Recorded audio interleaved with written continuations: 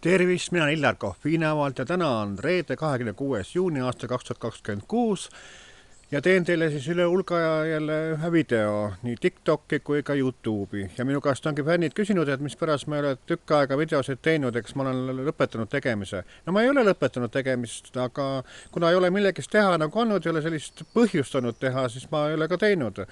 Et noh, midagi ei ole muutunud, näiteks Helme raadios on midagi muutunud, ei ole Illar Kohvi tervitus endiselt eetris loetunud, sellest pole mõtet rääkida. Ajalehed ei ole ilmutanud Illar Kohvi, sellest pole ka mõtet rääkida, nii et Illar Kohvi meediablogi on olemas, kus saate teada neid asju.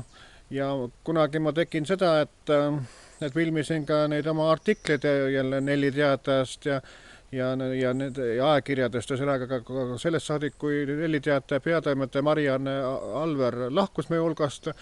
Ei ole Nelli Teataja ilm paberlehena, see on veebikeskkonnas ja seal on mul siis küsitlused sees. Ei ilmu enam ajakirjad, saatussaladused ega lemmik. Need on sellest saadik, kui Anne-Mari Alver lahkus, on kadunud, nii et ei ole põhjust olnud.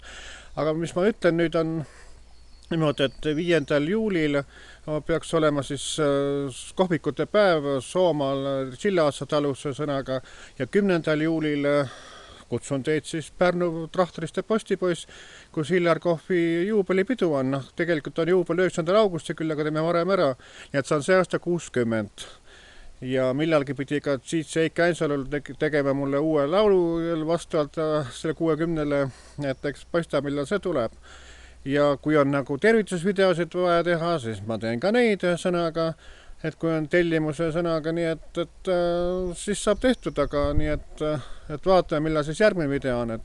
Ja näitan teile lõpetus ka lillede ilu, nii et minu poolt seekord siis kõik head ja nägemist.